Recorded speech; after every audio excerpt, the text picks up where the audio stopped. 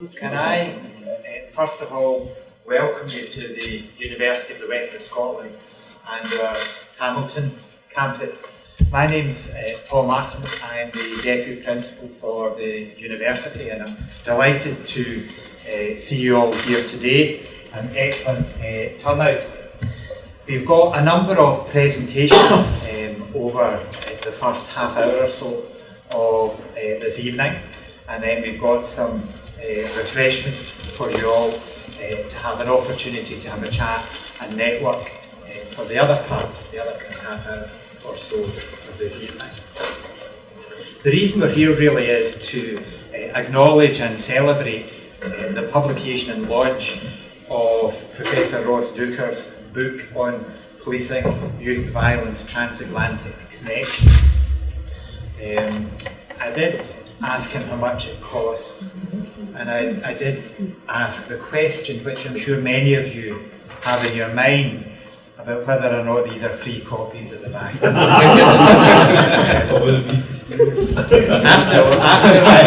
After my shins were well and truly kicked, I have to assure you that there are books at the back of the room, and you may wish to purchase them as the evening goes on.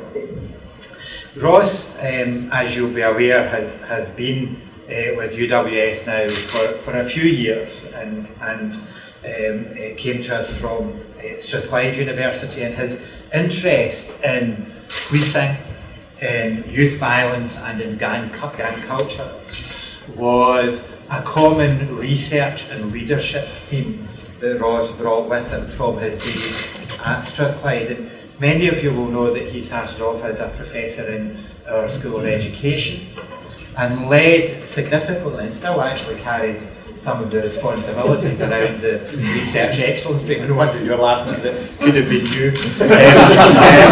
Led and leads the research leadership for our submission in the School of Education into the research excellence framework, and that is in itself looking hugely positive. Many of the other colleagues are in the room here, but hugely positive. I think that's fair to say. More than a doubling in terms of submissions, in terms of numbers of staff. And over such a short period, that's a significant achievement in itself.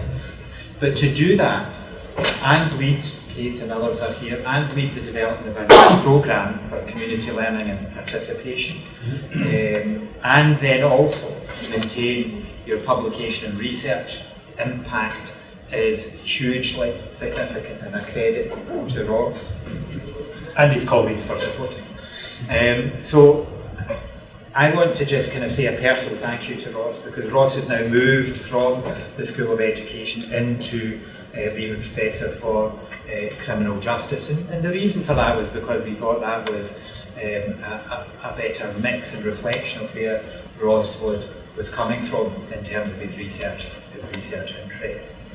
And this book really is a reflection of that work, and a reflection of the work that he's done with his partners in the States. So this isn't just a reflection of the Scottish scene, it's a reflection of work with partners in the States. And given some of the sensitivities around this particular area, you'll appreciate that it's not necessarily always an easy subject area, academic area, practice area, policy and social area to work in. And some of the coverage that Ross has had in the media over the last week in particular, given the launch of the book, but also over the past few years in terms of his expertise in this area, I think again is an acknowledgement of his integrity and his reputation. So that's all I think you need to hear from me. We UWS are delighted to see you all here today. We're delighted to be hosting this launch. We're delighted that it's giving a profile to criminal justice and beyond, and the role that we play with UWS. I'm now going to pass over to Ross himself, who will give you some detail behind the book and link into some of the pictures in the back. Okay, thank you very much.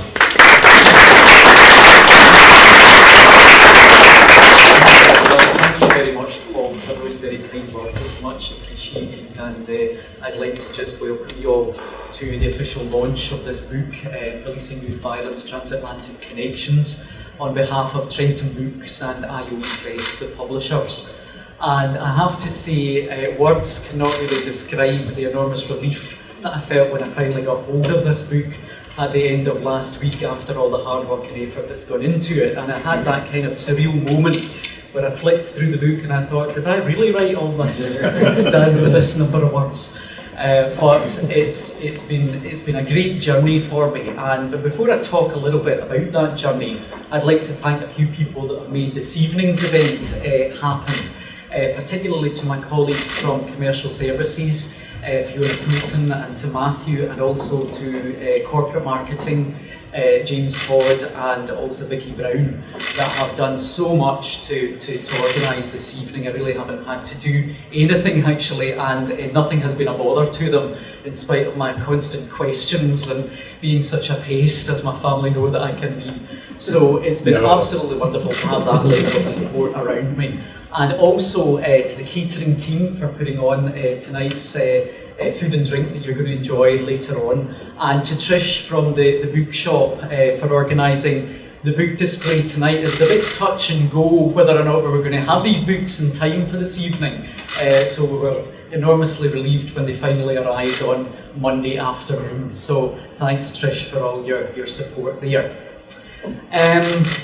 This book has taken me on a long and very thought-provoking journey over the last few years, and it's a journey that has taken me far away from home, as you can see from some of the images here, to Cincinnati, Ohio, as well as conducting research in Glasgow. And these two settings of Cincinnati and Glasgow could hardly be more different, really, in terms of their local demographics and also the socio-cultural dynamics within the two cities. Cincinnati, on the one hand, has a population of around 300,000. Almost 50% of that population is black or Hispanic, and they have suffered for a long time from gang-related violent incidents. But most of the victims and perpetrators of those incidents there tend to be young black males who are in their 20s. Whereas in Glasgow, we have a population double the size of Cincinnati. Only 5% roughly of that population are non-white combined. And of course, gang-related violent incidents here tend to be centred around knife crime, as opposed to firearms incidents in Cincinnati, and involve young white males mostly, round about probably a much younger age group than you would find in Cincinnati. But one of the first lessons that I learned when I went to Cincinnati for the first time was that although the violence is very different and the sociocultural backgrounds are very different, actually the root causes of the incidents are the same. Contrary to public opinion there, which tends to focus on issues of race or issues to do with access to firearms, actually the causes, when I went into the heart of the communities, were very familiar to me. It was about poverty, social deprivation and disadvantage that led these young men that I was working with to become marginalised and oppressed.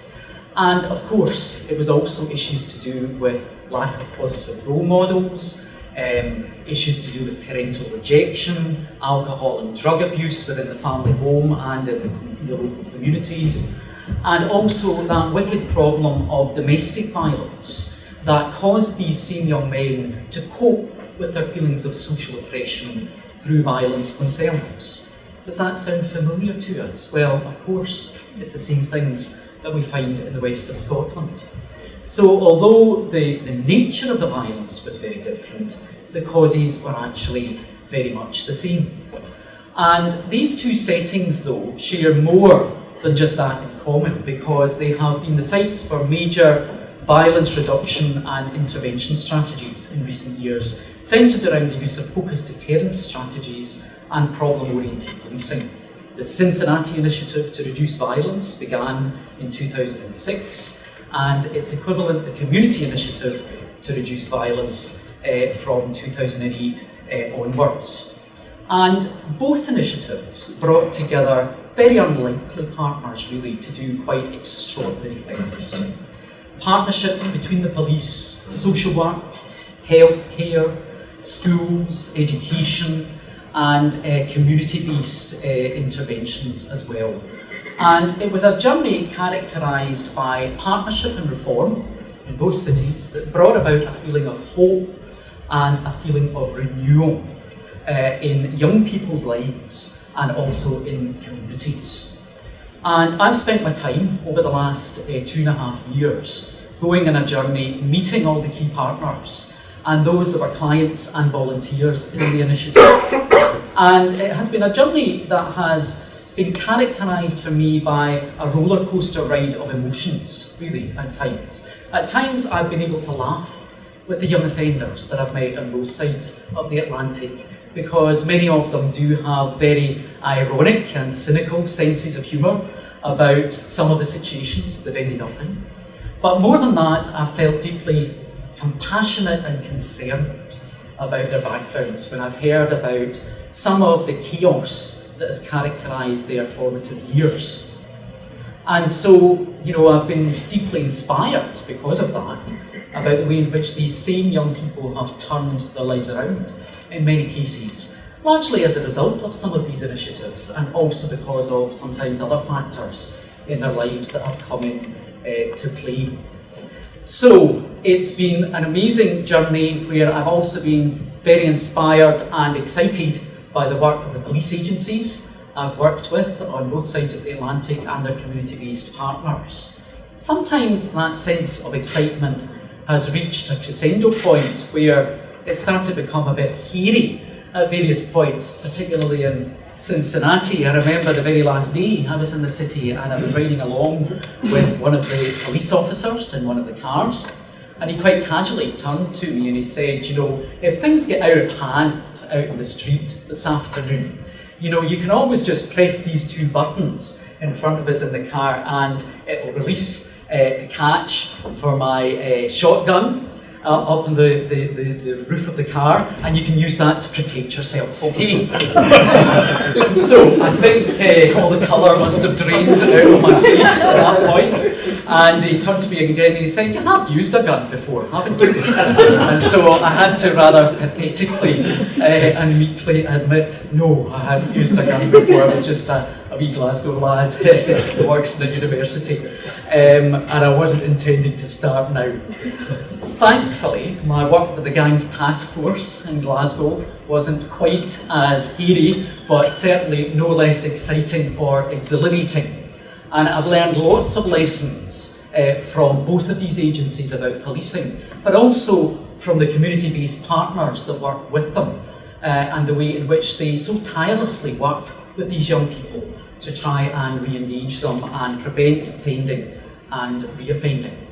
Now, those of you that have read my work in the past know that one of the things I always do is to prioritise the voices of the research participants that I work with. And this book is no exception to that rule, and this event this evening is no exception to it either, because I'm delighted to have among us some representation from some of the voices that appear in the book. And I'd like to invite Chief Inspector Tony Bowen at this point to come up to the floor to say a few words about our partnership and about why research of this kind is important to him, and also to the Violence Reduction Unit and Police Scotland. Thanks.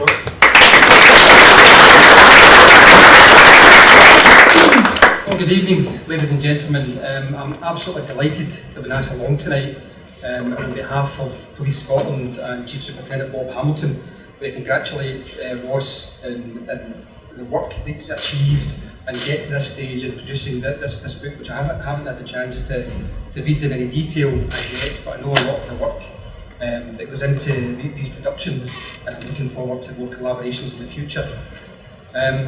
What I wanted to say tonight is just to highlight how much importance we place on working with people like Ross. There aren't enough academics who are willing to spend the time and effort going out with the likes of the Gangs Task Force, getting their hands dirty to a certain extent and putting themselves into the situation that police officers put themselves into on a daily basis. So I really respect Ross for that. And what he's helping us to do is to make sense of a lot of the complexities that impact on policing in general. And I think it's fair to say we're in a different world at the moment, and from day to day, certainly in my role, I'm wondering where it's going next. So there's a lot of challenges, very exciting challenges and opportunities for the future. But the future collaboration that Ross and I are working on is already getting a lot of attention. And in fact, I was speaking to the Gangs Task Force last week, and I was explaining that I was coming along here tonight, and they were saying how much they enjoyed working with Ross, and they enjoyed some of the banter. And one of the cops says to me, he says, "See that academic guy, could you ask him if he knows what an index of dissalability means?" I said, "Well, if I can pronounce it," I said. And I think it's that sort of language that's maybe, dare I say, missing from a lot of the debate around policing communities for too long. And for too long we've been deploying similar tactics and probably delivering a similar service when we're still getting the same results. I have to say, in recent years, I've seen a significant difference in terms of violence reduction. A lot of it, the police can't take sole responsibility for. As Ross alluded to, there's a lot of partners involved and exciting collaborations. So we're really heading in an interesting direction. And it's interesting what Ross is saying about the demographics of the population, of the young people who are involved in violence, because as you've probably seen from the papers, there's a lot of debate around some of the tactics that are being deployed around stop and search. A few nodding heads in the audience. And I make no excuse for that, because we have seen unprecedented reductions in violence, but we're always open to debate. However, what I will say is that I think we've created new conditions in communities to do something quite different, something quite radical. And part of the work that Ross and I are looking at for the future is how do we build on that fantastic partnership work in the past that's got us into this situation where the streets are safer. So what we have to do is to look at, well, who lives in these communities, what responsibility can they take, what more contributions can they make, what assets do we have that are surrounding us on a daily basis, and the skills that are being relatively latent within communities. So looking at ways of empowering people to put them into more tangible practice. But it's also important that, and I hate to use these terms, hard to reach in young people, because we're all one big community. However, it's important that we hear what young people are saying and telling us how we can do our job a lot better. And we've got a lot of listening events planned for the future, with the hope that as many people come along as possible to meet ourselves and other partners to help start to shape that future service delivery. So I'm really delighted to be coming along here tonight. I look forward to more collaborations in the future, and I'd just like to thank Ross for all his support in the past and for what's about to come.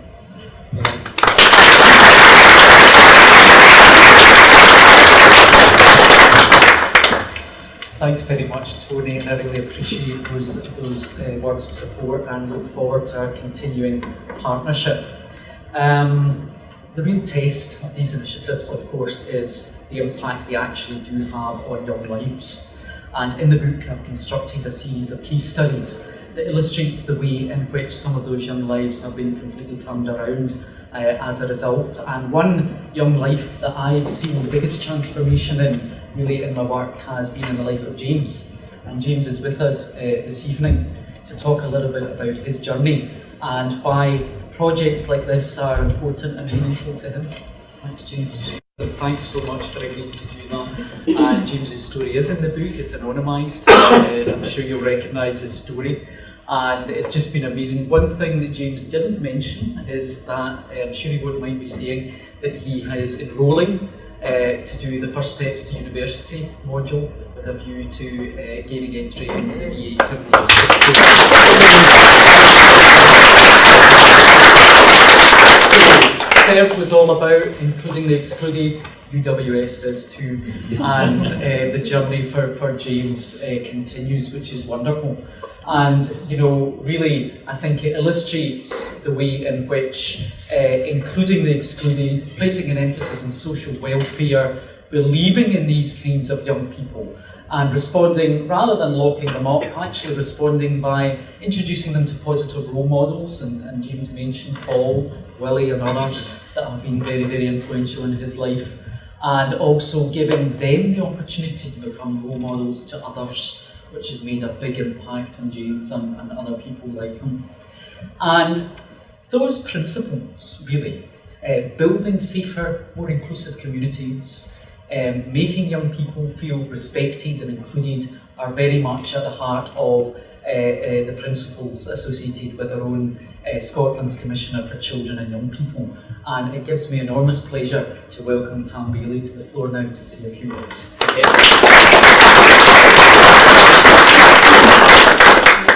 This always happens to me. I get asked to come on and follow the star act. Most often it's children and young people performing and everybody's moved by it. Just like moved by what you said.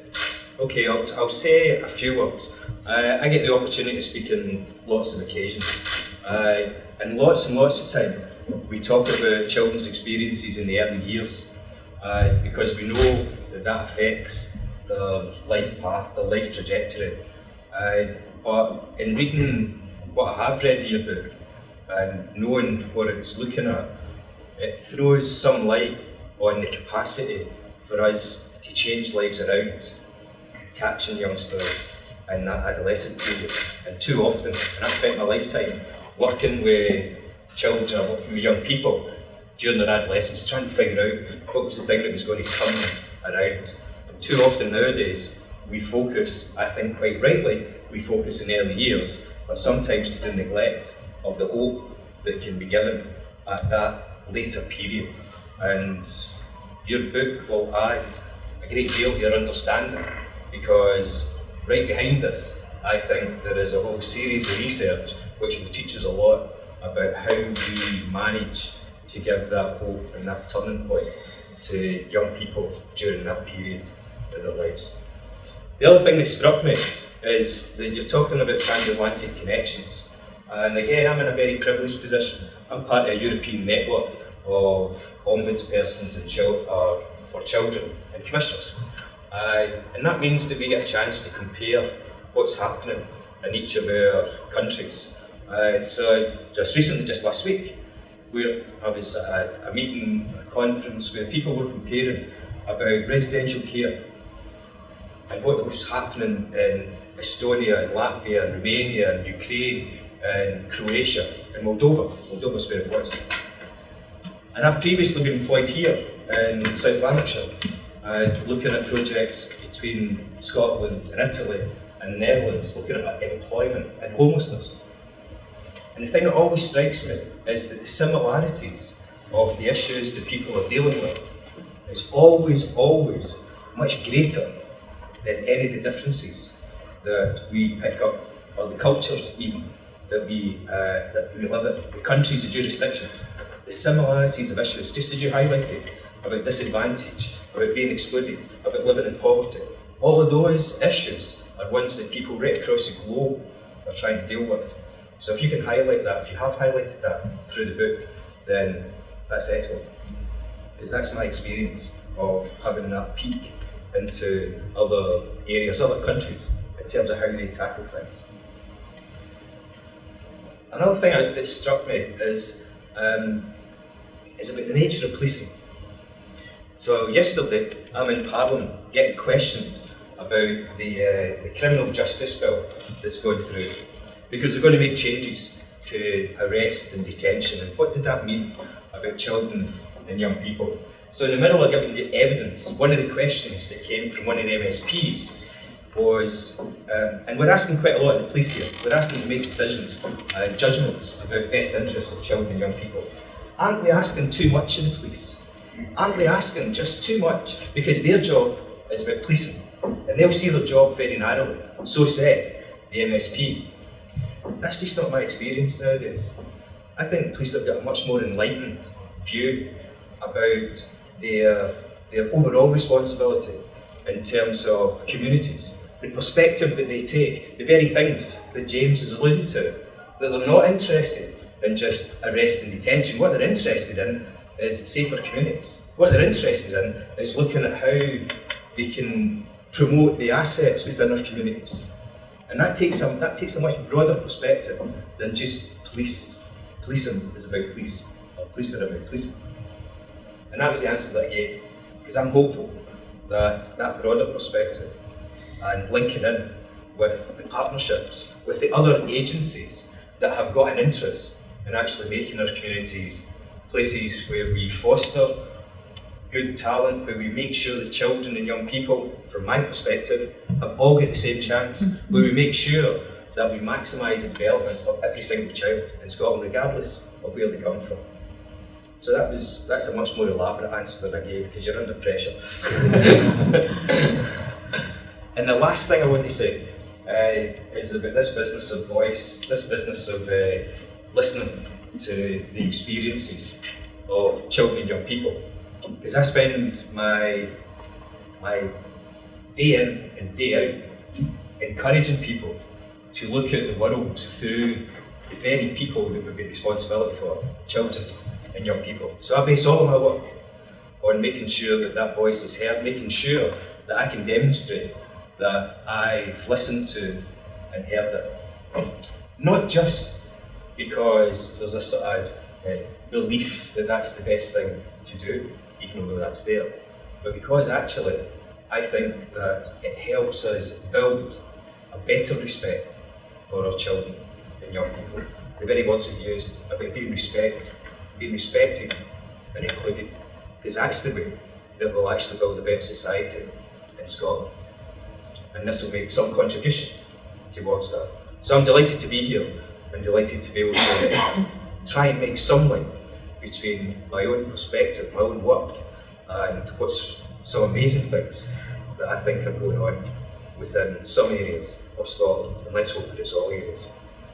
Thank you very much.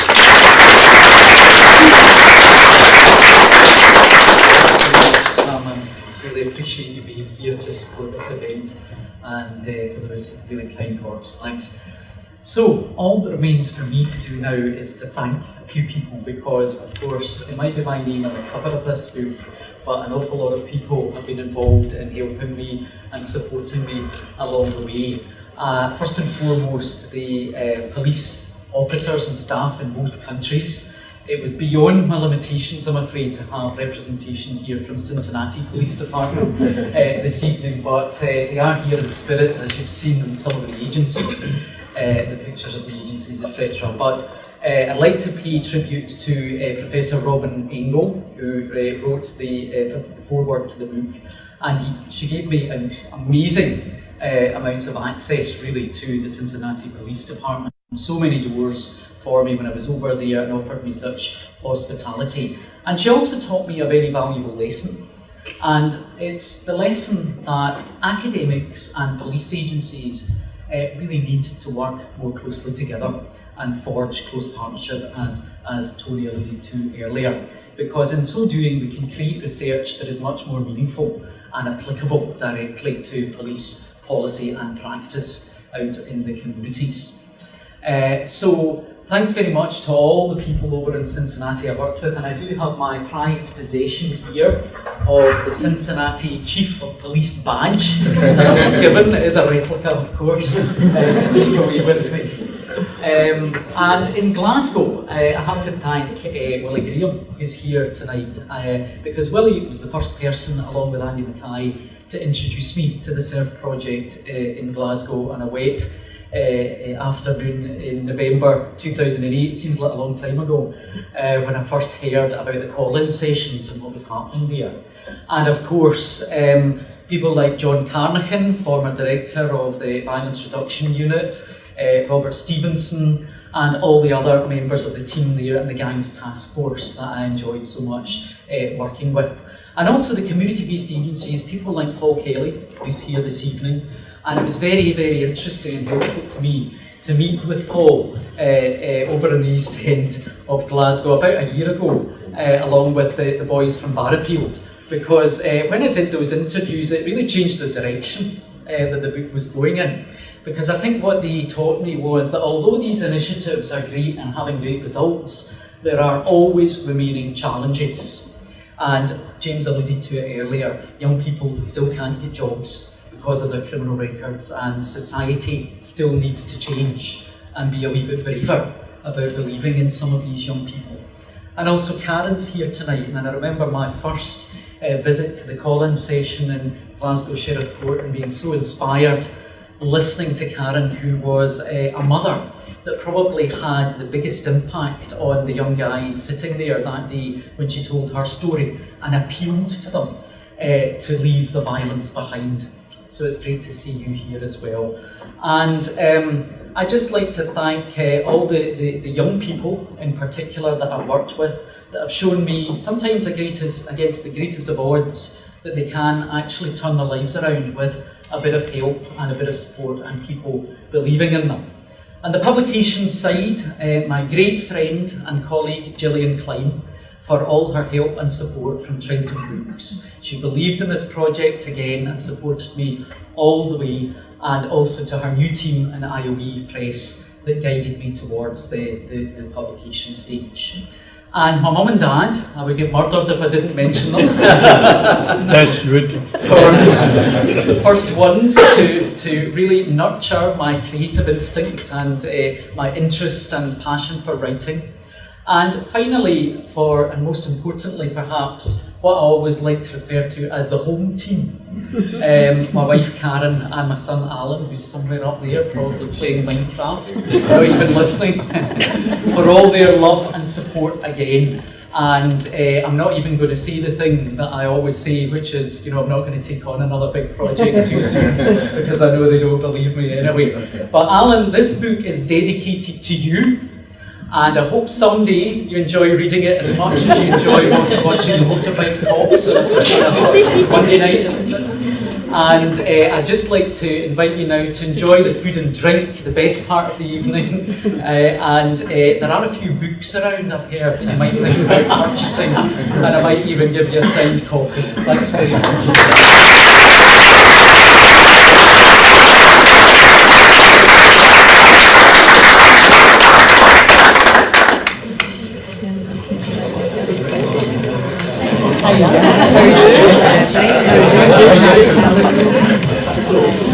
Nice to see you again.